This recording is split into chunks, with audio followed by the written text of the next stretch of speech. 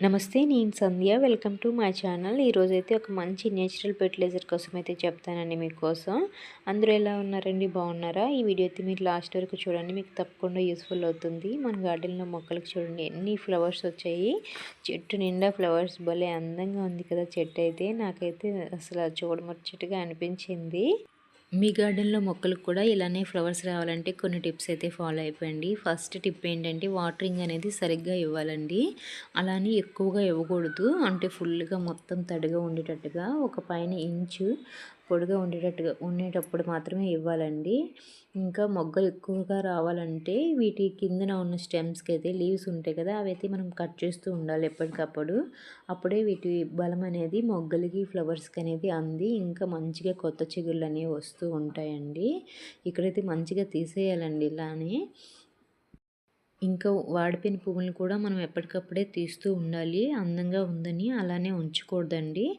వీటి బలమంతా వాడిపోవడానికే యూజ్ చేస్తూ ఉంటాయి మొక్కలైతే. ఇవి కట్ చేయడం వల్ల మనకి మళ్ళీ కొత్త చిగుర్లు వచ్చి మొగ్గలు అనేవి వస్తూ ఉంటాయి. అందుకని ఎప్పటికప్పుడు ఇవన్నీ కట్ చేస్తూ ఉండాలి. ఇలా పాలిపోయిన ఆకులను కూడా కట్ చేస్తూ ఉండాలండి. కొన్ని స్టెమ్స్ అయితే సగంకే ఆగిపోతూ ఉంటాయి. అలాంటి స్టెమ్స్ని కూడా మనం కట్ చేస్తూ ఉండాలండి. మనం ఫ్లవర్స్ వస్తాయేమో అని వెయిట్ చేస్తే మాత్రం అవి అక్కడికి ఆగిపోయి ఇలా పాలిపోతూ ఉంటాయి ఆకులైతే. ఈ మొక్క అయితే చాలా పొడవుగా ఉంటుందండి. మేము రాకముందు ఉండేది మా క్వార్టర్ ముందు. అసలు సమ్మర్ సీజన్లో కూడా ఎన్ని ఫ్లవర్స్ వస్తాయంటే చాలా బాగా పూస్తూ ఉంటాయి. అసలు పెద్ద ఫ్లవర్ అండి ఇది. హైబ్రిడ్ మొక్క అనుకుంటా. మంచి కలర్ కూడా వస్తూ ఉంటాయి. చూపిస్తాను చూడండి. ఆ ఫ్లవర్ అయితే చూడండి ఎంత అందంగా ఉంది కదా ఈ ఫ్లవరు. మంచి మంచి అరచేయంత ఫ్లవర్ వస్తూ ఉంటుందండి. ఇదైతే నాకు చూడగానే చాలా అందంగా అనిపిస్తుంది, ముచ్చటగా. ఈ ప్లాంట్కి నేను ఎప్పటికప్పుడే ప్రూనింగ్ చేస్తూ ఉంటానండి. ఎందుకంటే చాలా పెద్ద ప్లాంట్ కదండి. ఇది చాలా రోజుల నుంచి ఉంది. నేనైతే కింద నుంచి కట్ చేస్తూ ఉంటానండి. ఎందుకంటే ఇంకా కింద నుంచి చిగుళ్ళు వస్తాయని. లేకపోతే ఒకటే హైట్గా పెరుగుతూ ఉంటాయండి. ఇక్కడైతే మీకు ఒక మంచి ఫెర్టిలైజర్ చెప్తానని చెప్పాను కదండి. అదేనండి శనగలు వాటరు. ఇది మనం శనగలు అనేవి 24 అవర్స్ నానబెట్టుకొని ఆ వాటర్ని అయితే కలెక్ట్ చేసుకోవాలండి. మనం 2 టైమ్స్ కలెక్ట్ చేసుకుంటే ఇంకా మంచిది.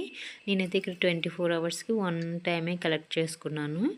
ఆ వాటర్ అయితే మనం ఎంత క్వాంటిటీ వాటర్ తీసుకుంటున్నామో అంత క్వాంటిటీ వాటర్కి మనం ఇంకో యాడ్ చేయాలండి. నార్మల్ వాటర్ని యాడ్ చేసి మొక్కలకైతే ఇవ్వాలి. ఇలా 1 మంత్కి ఒకసారి ఇవ్వాలండి. అప్పుడే బాగుంటాయి మొక్కలు అనేవి గ్రోత్గా.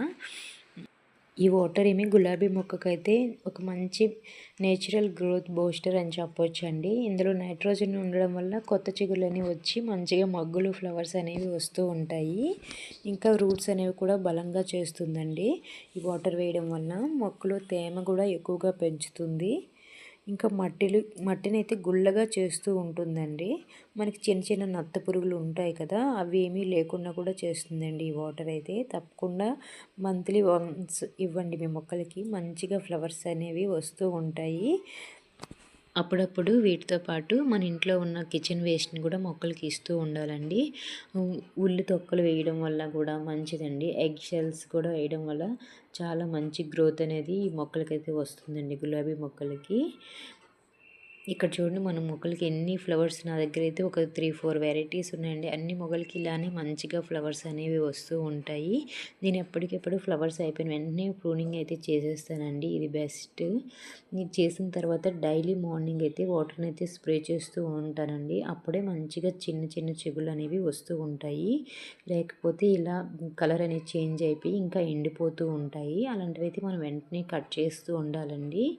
ఇంకా మట్టిని కూడా ఇలా గుల్ల చేస్తూ ఉండాలి ఎప్పటికప్పుడు. దానివల్ల మంచిగా లోపలికి అనేది రూటింగ్ అనేది బాగా జరుగుతూ ఉంటుంది. ఇలా కట్ చేసిన కొమ్మలతో అయితే ఇంకా కొన్ని కొత్త మొక్కలను అయితే తయారు చేసుకోవచ్చండి. ఈ వీడియో మీకు నచ్చితే తప్పకుండా సబ్స్క్రైబ్ చేసుకోండి. Thank you for watching. Happy gardening.